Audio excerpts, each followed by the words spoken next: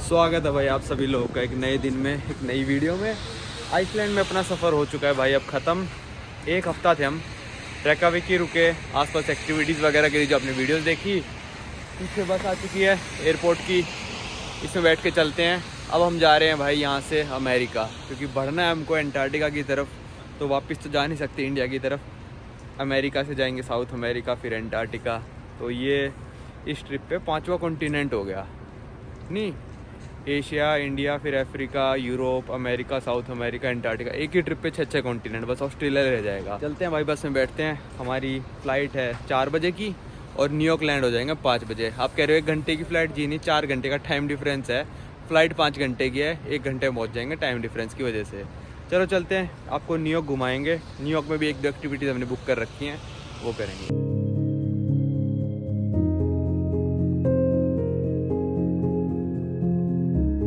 ये पहुंच गए भाई हम एयरपोर्ट। अब करते हैं चेक इन और बैठते हैं आराम से। भाई यहाँ पे लगे हुए हैं ये सिर्फ बोर्ड, ये चेक इन बैग का टैग दे देते हैं। मैं वैसे भी चेक इन कर नहीं पाता, क्योंकि मेरा तो वैसी बात है, पासपोर्ट चेक करेंगे, वीज़ा चेक करेंगे, 10 सवाल भी पूछ सकते हैं। यहाँ तो नहीं पूछेंगे खैर आइसलैंड में तो मेरे को तो काउंटर पे ही जाना पड़ता है जब तक आपके पास इंडियन पासपोर्ट है। भाई प्लेयर लाइन वालों ने कहा ये जो हमने दिया है ना आपको, अरे यहाँ नहीं लगाना होता भाई, यहाँ लगाओ, यहाँ लगाते हैं हमेशा। तो इन्होंने कहा है कि इसको बस अपने बैग पे चिपका दो, और इसमें से एक उतारना भी होता है शायद। वो खुद उतार लेंगे, रुक जाओ, मेरे को अरे नहीं दो, नहीं, वो खुद उतार लेंगे। तो कह रहे हैं आपके पास बोर्डिंग पास तो ईमेल पे आ गया होगा, उसको लेके आप सीधा इमिग्रेशन पे पहुंचो। मैंने कहा भाई मेरे पास इंडियन पासपोर्ट है, ऐसे बोला नहीं है। मेरे को लग रहा है इमिग्रेशन वाले ही चेक करेंगे। तो ये चिपका दिया। तो भाई ऐसे मैं पहली बार ही कर रहा हूँ सेल्फ सर्विस वाला। चलो भाई यहाँ रख देते हैं। चेक इन हो रही है, यहाँ पे हमें बैग छोड़ना है, वो स्कैन कर दो, बस हो गया। Please confirm your baggage. इस पे मेरे ख्याल से वेट वगैरह चेक करेगा ना। Send, we are scanning your bag, stand clear, your bag is being wait कर रहा है वो। We are sending your bag. गया, हो गया, सही वेट था इसका मतलब 9 किलो के करीब था। तो भाई मैंने तो बैग भी चेक इन कर दिया, सिक्योरिटी भी करा ली, और अभी तक इमिग्रेशन हुआ नहीं है। यहाँ पे 3 टाइप के गेट्स हैं, ए गेट, सी गेट और डी गेट। डी गेट के आगे इमिग्रेशन वालों को साइन बना रखा है, तो हमको वहीं पे जाना होगा, ऑब्वियस सी बात है। क्योंकि इमिग्रेशन तो करानी पड़ेगा यूएस जाने से पहले। अगर आप सिर्फ शेंगन टू शेंगन जा रहे हो तो इमिग्रेशन नहीं कराना पड़ता। तो हम जा रहे हैं डी गेट की तरफ भाई अभी। भाई देखो कितना सही है यहाँ पे कि एयरलाइन वालों को कोई लेना देना नहीं है, वो इमिग्रेशन वालों का काम है आपके वीज़ा वगैरह चेक करना, ठीक है। और सेम इन द केस जब मोरक्को से हम आए थे, एयरलाइन वालों ने कुछ नहीं पूछा था भाई, बस वीज़ा देखा था, हाँ है ठीक है जाओ। उन्होंने इतना कोई छानबीन नहीं करी, सारे इमिग्रेशन वालों ने क्या था, काम ही इमिग्रेशन वालों का है। पर इंडिया में इमिग्रेशन वालों का कोई काम ही नहीं है, उनको तो जॉब से निकाल दिया भाई एयरलाइन वालों ने।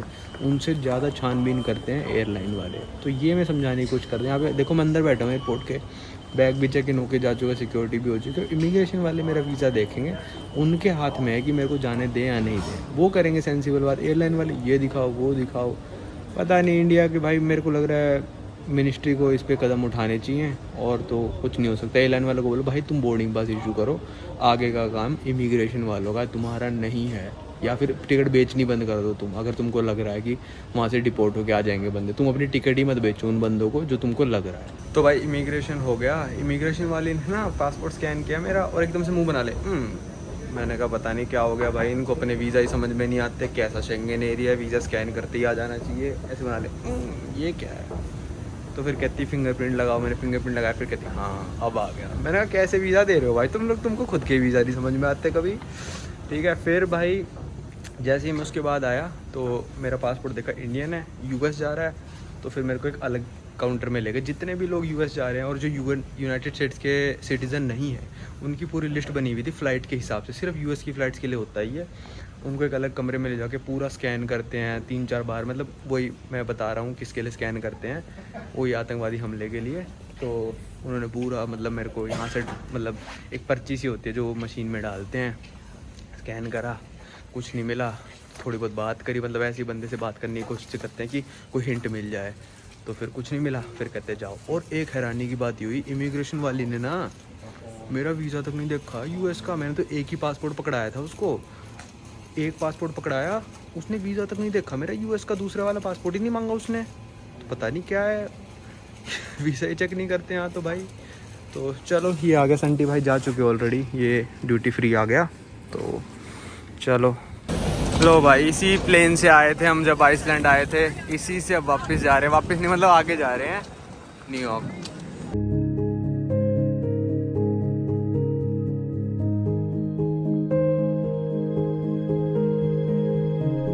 चलो भाई प्लेन में आके बैठ चुके हैं और इस प्लेन में खाने वाने का भी मतलब ऑर्डर कर सकते हो। हम सोच रहे हैं 12 यूरो वाला मंगा लेंगे, एक ये या फिर नहीं मंगाएंगे। चिपोटले खाओगे भाई जाते ही? चिपोटले भाई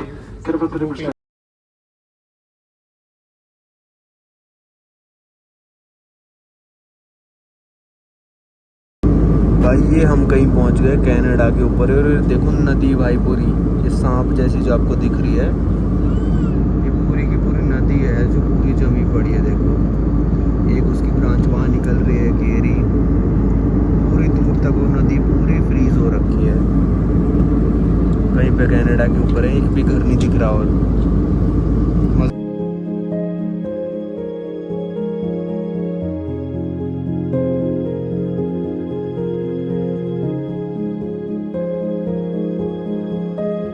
लो भाई फाइनली लैंड हो गए अमेरिका में दोबारा। पता नहीं कौन सी एंट्री होगी मेरी, छठी या सातवीं। तो अभी जो एयरपोर्ट हम लैंड हुए हैं वो है स्टीवर्ट एयरपोर्ट। ये न्यूयॉर्क सिटी से बहुत दूर है, पर न्यूयॉर्क की स्टेट के अंदर आता है। न्यूयॉर्क की स्टेट इतनी बड़ी है, कनाडा तक जाती है। तो यहाँ से हमको बस लेनी पड़ेगी जो $25-26 लेगी और हमको न्यूयॉर्क सिटी में उतार देगी। तो उतरते हैं। यहाँ पे भाई पूरी बर्फ़ गिरी हुई है इस एयरपोर्ट पे, इतनी ज़्यादा नहीं है, तो मतलब न्यूयॉर्क सिटी में तो नहीं मिलने वाली। लो भाई स्टीवर्ट एयरपोर्ट कुछ ऐसा है, छोटा सा, पैदल ही चल के जाना है। लो भाई हो गई एंट्री अपना यूएस में। भाई इमिग्रेशन हो गया। मेरे से पूछा क्यों आए हो, मैंने कहा ट्रांजिट करने आया हूँ मैं। तो कहते अभी जा रहे हो? मैंने कहा नहीं भाई मैं तो 7 दिन बाद जाऊँगा, अर्जेंटीना जाऊँगा। तो कहते ठीक है।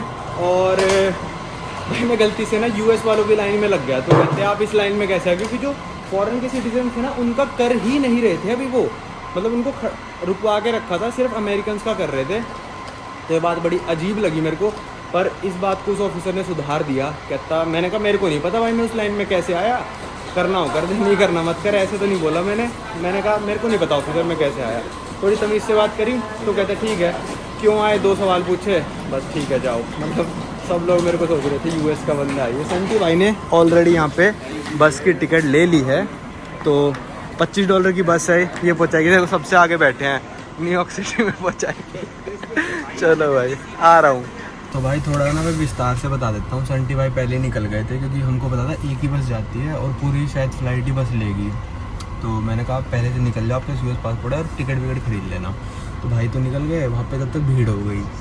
वहाँ पे पासपोर्ट देख रहे थे, इंडिया का भी ब्लू कलर का दिखता है, यूएस का भी बिल्कुल सेम कलर है। तो उन्होंने पासपोर्ट देखा, मेरे को यूएस वालों की लाइन में लगा दिया। इसमें लिखा था ग्लोबल एंट्री। अब ग्लोबल एंट्री वाला जो सिस्टम है ना, वो शायद यूएस वालों के लिए है ना, जैसा है। तो मेरे को थोड़ी देर बाद पता चला कि मैं यूएस वालों में खड़ा हूँ। मैंने कहा इतनी बड़ी दिक्कत नहीं है, साइड में फॉरनर्स की लाइन भी है, वो भी चल ही रही होगी।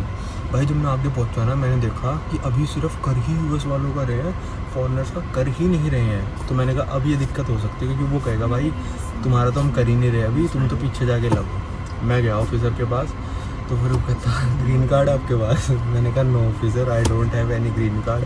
तो फिर वो कहता अच्छा, तो फिर आप इस लाइन में, how did you reach this line? कहता आप कैसे पहुंच गई इस लाइन में? मैंने कहा आई डोंट नो ऑफिसर। तो फिर वो कहता अच्छा। तो फिर मेरे हाथ में दूसरा पासपोर्ट था, तो मैंने कहा this passport has my visa. फिर उसने फिंगरप्रिंट लिए मेरे। कहता क्यों आए हो? मैंने कहा बट ट्रांजिट करने आया हूँ। कहता कब जा रहे हो यहाँ से? मैंने कहा 1 हफ्ते बाद। तो कहता मतलब रुक रहे हो ना 1 हफ्ते? तो मैंने कहा हाँ रुक रहा हूँ, अर्जेंटीना जा रहा हूँ। तो कहता अच्छा ठीक है चलो जाओ। फिर वहाँ से जब मैं निकला तो फिर एक मेरे को साइड में बंदा ले गया। वो कहता चलो अपने बैग स्कैन कराओ, कस्टम्स वाला। मैंने बैग स्कैन कराए। फिर वो कहता आपके पास कुछ खाने पीने का आइटम है? तो मैंने कहा नहीं है। कहता कुछ भी नहीं है? मैंने कहा नहीं है। उसने स्कैनर में डाला, कहता आपके बैग में तो खाने पीने का आइटम आ रहा है। मैंने कहा साला कौन सी सब्ज़ी आ गई बैग में? तो फिर मैंने कहा कहता गोल गोल है। मैंने कहा चॉकलेट है वो। कहता तो खाने पीने का है। तो मैंने कहा तो पैक्ड है ना। तो कहता खाने पीने का तो है ही। तो मैंने कहा मेरे को नहीं पता ये भी डिक्लेयर करना होता है, मैं तो हर बार फ्रूट वेजिटेबल डिक्लेयर करी है, खाने पीने का मेरे को नहीं पता। कहता इट्स ओके चल जा बस। फिर हो गया वेलकम टू अमेरिका। भाई ये उतर गए बस से स्टीवर्ट एयरपोर्ट से, लगभग ये मान लो 1.5 घंटा लगा हमको और हम पहुंच गए न्यूयॉर्क। और भाई आप यकीन नहीं करोगे बस ने कहाँ छोड़ा है, बिल्कुल टाइम स्क्वायर पे उतारा है भाई बस ने। मतलब खतरनाक ही जगह है यार, छोड़ रही है बस। उस एयरपोर्ट पे एक ही इंटरनेशनल फ्लाइट आती है आइसलैंड से और एक ही फ्लाइट जाती है आइसलैंड पे, वही वाली फ्लाइट। तो हमको लग रहा था इतना दूर उतर गए हम, ये तो बिल्कुल ही मस्त छोड़ देना, मेट्रो का झंझट ना कुछ। यहीं पे अपना होटल है, होटल भी दिखाऊंगा, बड़ा ही ज़बरदस्त बुक करा रखा है। और अभी चलते हैं, पहले चिपोटले खाते हैं, फिर आएगी कुछ एनर्जी बॉडी में। ये आगे भाई अमेरिका आते चिपोटले पे पहुंच गया मैं तो। हाँ मज़ा आ गया। तो भाई ये करा है टाइम स्क्वायर पे हमने बुक, हयात पैलेस। चलो चलते हैं अंदर। तो भाई कल हम आ गए थे न्यूयॉर्क और आज तो कोई दूसरी वीडियो बनाने जा रहा हूँ मैं, जो कि आप अगली देखोगे। और मेरे को कल एक न्यूयॉर्क में बहुत इंपॉर्टेंट काम है। मैंने ब्राज़ील का वीज़ा न्यूयॉर्क से अप्लाई करा था, तो उन्होंने कहा था कि भाई आपको ना एक डिमांड ड्राफ्ट टाइप बनता है यहाँ पे, जो इनका पोस्टल सर्विस है ना USPS, वहाँ से डिमांड ड्राफ्ट टाइप बनता है, पोस्टल ऑर्डर कहते हैं उसको। वो आपको $80 का बनाना है और उसकी फ़ोटो भी अपलोड करनी है। तो संटी भाई के दोस्त ने वो बना दिया था और उनके घर से कोरियर भी कर दिया था न्यूयॉर्क के लिए कि हम यहाँ पे आए तो हम पिकअप कर लेंगे। पर वो अभी तक न्यूयॉर्क पहुँचा ही नहीं है, तो उसका भी देखना पड़ेगा। हम आज पोस्ट ऑफिस जाएंगे, पूछेंगे उनसे कि अगर हमको नहीं चाहिए इसको तो हम क्या कहते हैं इसको वापस दे के अपने $80 वापस ले सकते हैं, नहीं ले सकते, क्योंकि फिर हम न्यूयॉर्क से नया बनवा लेंगे एक और। तो देखते हैं उसका भी क्या प्रोसेस है और ब्राज़ील वीज़ा लगता है नहीं लगता, ये भी आपको इस वीडियो में पता चल जाएगा। तो भाई बहुत दिन पहले मैंने इंडिया पोस्ट के बारे में स्टोरी डाल दी थी इंस्टाग्राम पे और बोला था इंडिया पोस्ट बहुत बेकार है, ये है वो है। भाई यहाँ पे आके पता चल रहा है अमेरिकन पोस्ट भी ऐसा सही है। संटी भाई बता रहे हैं उनका एक बार चेक ही गुम कर दिया, फिर एक बार संटी भाई ने एक फ़ोन भेजा था अपने दोस्त के पास, वो फ़ोन की जो पहुंचने की तारीख थी कहीं और ही पहुंचा दिया, फिर वहाँ से लेके आ रहे हैं ये वो करके काफ़ी लेट पहुंचाया। मेरा आज पार्सल आना था नॉर्थ कैरोलिना से न्यूयॉर्क, ठीक है, ज़्यादा दूर नहीं है, मतलब मान लो 1000 किलोमीटर होगा मुश्किल से। भाई 16 तारीख को करा था, आज 20 हो चुकी, 5 दिन हो चुके, आज भी नहीं पहुंचा है। कल एक्सपेक्टेड डेट थी पहुंचने की, हमने इसीलिए उनसे पूछ के करा था कि कब करें, तो उन्होंने कहा था 16 को कर देना। तो भाई पूरी दुनिया का पोस्टल का यही हाल है, मेरे को ऐसा लग रहा है। तो भाई आज है 21 फरवरी, कल है 22। सुबह सुबह मेरे को एम्बेसी में जाके सब कुछ डॉक्यूमेंट्स वगैरह सबमिट करने अपने। तो USPS चलते हैं, वो आ गया सामने ही, और उस पर जाके हमको ये पूछना है कि हमारा, और उस पर जाके हम ये पूछेंगे कि अगर हम एक और ड्राफ्ट बनवा लेते हैं, मतलब कोई भी बंदा ड्राफ्ट बनवाता है उसको क्या रिटर्न कर सकते हैं, अगर रिटर्न कर सकते हैं तो कितने टाइम में कर सकते हैं, कितने पैसे कटेंगे, ये सब पूछ लेते हैं। क्योंकि भाई कल तो जाना ही एम्बेसी, अगर वो जो भाई ने कोरियर करवाया है वो नहीं पहुंचा तो एक नया तो बनवाना ही पड़ेगा मेरे को बस। चलो भाई इस ट्रेन में चलते हैं वापस होटल, अब शाम को घुमाऊंगा आपको कुछ और। भाई पोस्टल ऑर्डर का ये बना कि न्यूयॉर्क तो पहुंच चुका है, जो संटी भाई ने मेरे लिए बनवा दिया था, वो इसलिए बनवाना था क्योंकि ब्राज़ील वाले कह रहे थे कि भाई बना के आपको उसकी फ़ोटो खींच के अपलोड करनी है, तभी हम आपकी एप्लीकेशन प्रोसेस करेंगे। तो मेरे को बनवाना पड़ा, वरना यहीं से आके ख़रीद लेता मैं, अगर मतलब वो कहते कि नहीं आपको बस लेके आना है, और उन्होंने कहा वेबसाइट पे अपलोड करना है, तभी आपको हम इंटरव्यू की डेट देंगे। तो वो न्यूयॉर्क आ चुका है, पर मेरी कल सुबह सुबह अपॉइंटमेंट है, और इन्होंने कहा है कि हम पोस्टल ऑर्डर आपको बना देंगे $80 का, उस पर $2-2.5 ऊपर लगेंगे, और अगर आप यूज़ नहीं करते हो तो कस्टमर की रिसिप्ट के साथ वापस ला के हमको दे देना, हम आपके $2-2.5 काट के वापस दे देंगे।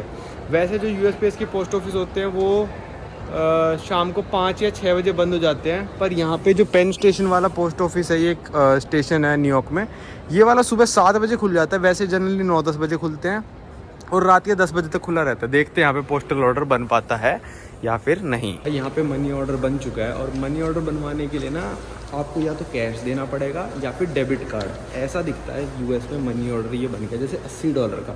अब इस पर मैं लिख दूंगा कि मैं किसको देना चाहता हूँ, जैसे कल एम्बेसी में जाना है मेरे को, तो एम्बेसी वालों का नाम और किसने दिया है उसका मतलब सब कुछ डालना पड़ेगा इसमें। तो ये $80 का बन गया, और आपको अगर वापस करना है ना तो इसके ऊपर कस्टमर्स रिसिप्ट होती है, ये आपको कस्टमर रिसिप्ट के साथ वापस लाना पड़ेगा, आपको वापस दे देंगे ये पैसे आपके जो $80 लिए हैं। इन्होंने 80 नहीं लिए, $82.1 लिए हैं। $100 तक $2.1 लेते हैं शायद ये, उसके ऊपर कुछ ज़्यादा डॉलर लेते होंगे, तो $2.10 काट के आपको $80 वापस दे देंगे। और आप पेमेंट अगर आपको करनी है तो फिर डेबिट कार्ड या फिर कैश देना पड़ेगा, क्योंकि क्रेडिट से अगर करोगे ना, मान लो संटी भाई के पास $10,000 का कार्ड है, मैं उसको स्वाइप कर दूंगा, $10,000 का मनी ऑर्डर बना देंगे संटी भाई, मैं उसको कैश करा लूँगा जाके, तो स्कैम चलने लग जाएगा। तो उन्होंने कहा या तो डेबिट से कर सकते हो या फिर आप कैश दे सकते हो। पर यूएसए और पूरे साउथ अमेरिका, नॉर्थ अमेरिका में दिक्कत क्या है ना, मेरे पास दोनों डेबिट कार्ड थे अपने, मैंने दोनों इंसर्ट करे, कहते नहीं चला, कहती ये आप जो इंसर्ट कर रहे हो ना क्रेडिट कार्ड है। मैंने कहा भाई क्रेडिट कार्ड तो है ही नहीं वो, तो फिर हमने कैश ही दे दिया। अब यहाँ पे थोड़ा दिक्कत है, आपके डेबिट कार्ड को भी इनकी मशीनें क्रेडिट कार्ड समझती हैं, मतलब पता नहीं क्या दिक्कत है। ये बन गया, अगर कल सुबह मेरा उस पोस्ट ऑफिस में पहुँच जाता है सुबह सुबह, तो वहाँ से पिकअप करके वही एम्बेसी में दे के इसको वापस करके अपना $2 का नुकसान है, कोई दिक्कत वाली बात नहीं है। अगर वो नहीं पहुँचा तो फिर इसको सबमिट करके वो वाला वापस कर देंगे घर जाके, मतलब जहाँ पे भाई रहते हैं नॉर्थ कैरोलिना में, वहाँ पे जाके। तो देखते हैं अभी कहाँ जाते हैं, होटल जाते हैं, फिर टाइम स्क्वायर की तरफ जाते हैं। बन गया, चलो ये एक ही सेकंड में बना के दे, जैसे इंडिया में बनते हैं ना मनी ऑर्डर, वैसे ही है। हाँ वैसा ही है, मतलब demand draft type, money order type. मैंने आज तक पोस्ट ऑफिस से तो नहीं बनवाया, पर डिमांड ड्राफ्ट काफ़ी बार बनवा रखा बैंक से। यूएस में एज ए टूरिस्ट आओगे, मेरी तरह क्यों ही मनी ऑर्डर बनवाओगे, पर अगर आपको बनवाना है तो म्योनिन हॉल ट्रेन हॉल, जो ये मतलब पेन स्टेशन है ना, यहाँ पे यूएसपीएस का ऑफिस है जो रात को 10 बजे तक खुलता है। वैसे सर्च करोगे तो बहुत सारे आ जाएंगे, यहाँ पे दिन में बनवा सकते हो। और सामने ही भाई एम्पायर स्टेट बिल्डिंग कैसे चमकने लग रही है, ये कुछ रात का यहाँ का नज़ारा है। जब पहली बार आया था तो मैं इसी ट्रेन स्टेशन से निकल के ऐसे गया था। तो भाई ये है मेरा तीसरा दिन अब न्यूयॉर्क सिटी में। यहाँ पे मैंने आपको बताया था एयरपोर्ट से उतरने के बाद कि यहाँ पे मैंने ब्राज़ील वीज़ा अप्लाई कर रखा है, तो कल उसका ड्राफ्ट भी हमने बनवा लिया था। पर आज सुबह सुबह नोटिफिकेशन आई कि जो भाई के दोस्त ने कोरियर किया था ना न्यूयॉर्क में हमारा एक और मनी ऑर्डर, वो भी पहुँच चुका है। तो अगर वो पहुँच चुका है तो उसको पिकअप कर लेते हैं भाई, यहाँ से 26 मिनट की वॉकिंग है, पिकअप कर लेंगे उसको, और फिर जो हमने कल बनवाया है उस वाले को रिटर्न कर देंगे। तो भाई आज वीज़ा में 2-3 सिचुएशंस बन सकती हैं। एक तो सिचुएशन बन सकती है कि भाई वो बोले कि आपका रिजेक्ट ही हो गया, ठीक है, क्योंकि उन्होंने मेरे से यूएस की बैंक स्टेटमेंट मांग ली थी। मैंने उनको लेटर लिख के भेजा कि भाई मेरे पास इंडिया की है, क्योंकि मैं यूएस में रहता नहीं हूँ। तो उन्होंने फिर अप्रूव भी कर दिया था कि अब आप अपॉइंटमेंट शेड्यूल कर लो। क्या पता उनकी टेक्निक हो बस की $80 का पोस्टल ऑर्डर लेने की, ठीक है, ये फीस तो लें कम से कम इसको बुला के साले को।